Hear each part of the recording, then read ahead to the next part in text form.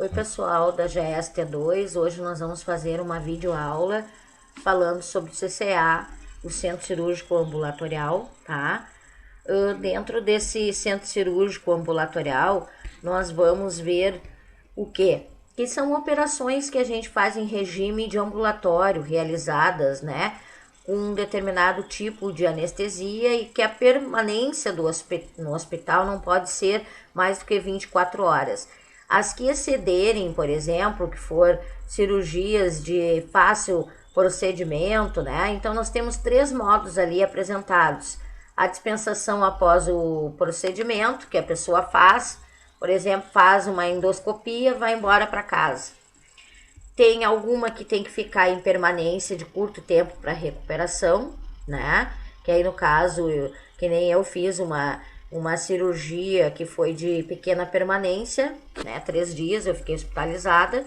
E a pernoite que a pessoa faz de um dia, né? No dia e pernoita no hospital.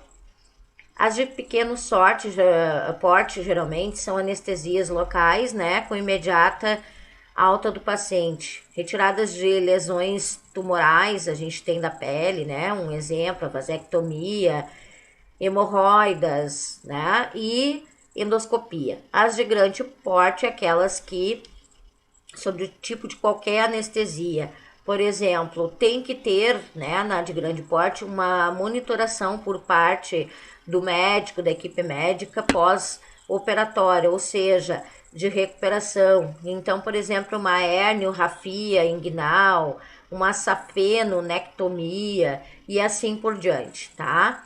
São cirurgias que são consideradas de grande porte. Nós temos dentro das unidades de cirurgia ambulatorial 3 tipos, né? Que são as que são realizadas dentro do próprio consultório médico, né? Em que é adaptado aí para fazer anestesia local, que são pequenas, por exemplo, uma sutura na orelha, um exemplo que tu pode fazer até no próprio consultório, né? Ambulatório isolado, centro de saúde, UBS, é possível realizar procedimentos de médio porte, né, onde tem a anestesia local ou loco regional, de acordo com a região da cirurgia, que seria uma semisedação, né, além das salas devidas e especificações da unidade. Aí nós já demos alguns exemplos ali, vai fazer por exemplo, uma punção, né? Tu precisa ir fazendo um ambulatório isolado. E a tipo 3, que aí é um estabelecimento de saúde que tem um anexo, né? Ou não, é um hospital, geralmente, que é geral ou hospitalizado, que faz o tipo de cirurgia, né? O tipo de unidade 3, ele fica geralmente no hospital, né?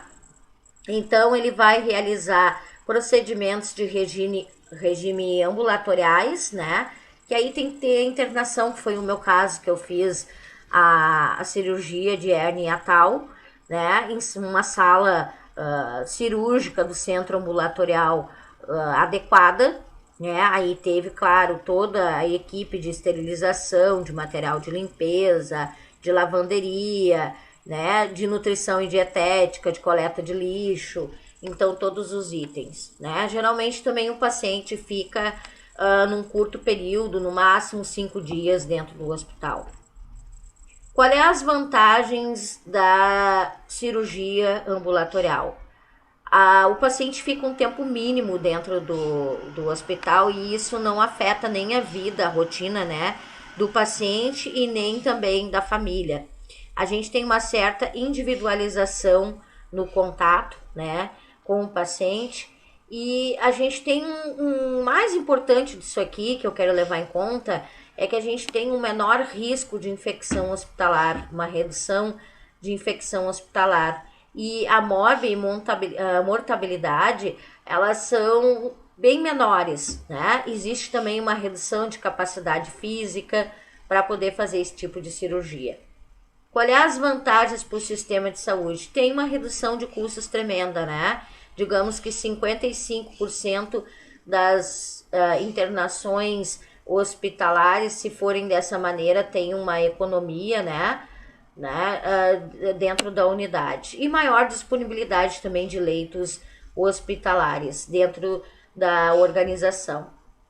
Qual é as desvantagens? Não realizar, se não for cuidado, teus cuidados pré-operatórios, né, a não observação do tempo de jejum para realizar os exames, por exemplo, tu vai fazer uma endoscopia, tu tem que estar no mínimo 8 horas sem comer nada, tu tem que não ter nada dentro do organismo, tem que tomar laxante, tem um monte de coisa para poder fazer a endoscopia, a colonoscopia, por exemplo. Então, se tu não tiver esses cuidados, né, falta de transporte, do sistema de saúde, do gestor, da família, a falta de ajuda no domicílio, quando os pacientes geralmente moram sozinhos, é um empecilho, né? A suspensão da cirurgia por parte do detrimento da urgência, né? O ambulatório precisa usar por uma questão da emergência do hospital, a necessidade de permanência no hospital além do esperado, né?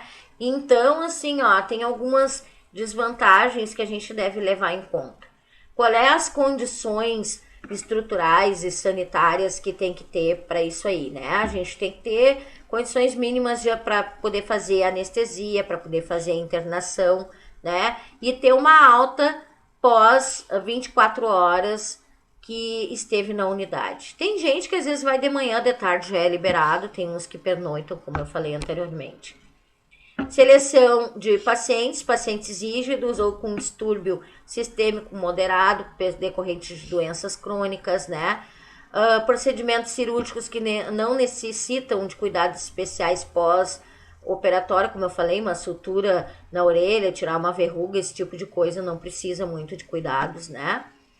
E a garantia sempre que tenha um acompanhamento, né, dentro dessa cirurgia. Então, por exemplo, até para fazer uma endoscopia, uma colonoscopia, tu tem que levar um adulto junto com você para poder ficar te aguardando, tá? Bom, dentro das condições de alta, tem que ter uma orientação no tempo, no espaço de tempo, uma estabilidade dos sinais vitais de pelo menos 60 minutos antes da cirurgia.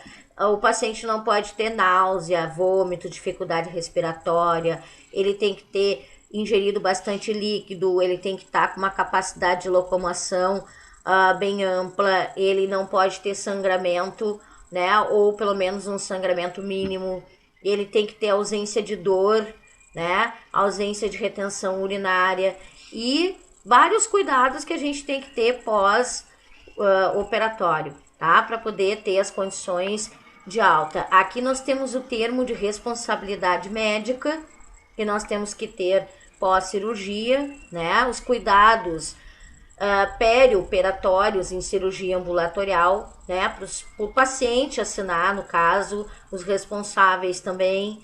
A identificação do serviço completo nós temos que ter, tá? Então, esses foram alguns itens que eu passei para vocês.